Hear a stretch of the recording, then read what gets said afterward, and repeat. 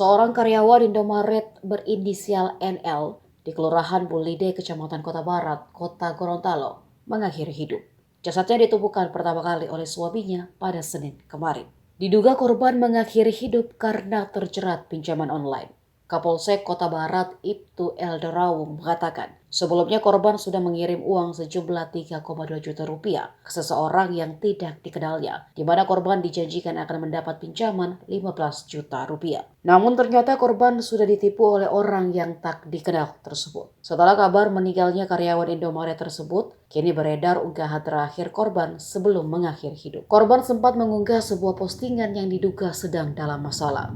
Ada pula unggahan lain yang menyindir soal cinta tulus dari seorang pria. Postingan korban itu diunggah akun TikTok @nslmt yang diduga adalah rekan almarhum. Sementara di unggahan lainnya yang diposting akun @interest.id, terlihat korban menangis dan curhat jika sedang capek, namun ia mengaku tetap kuat.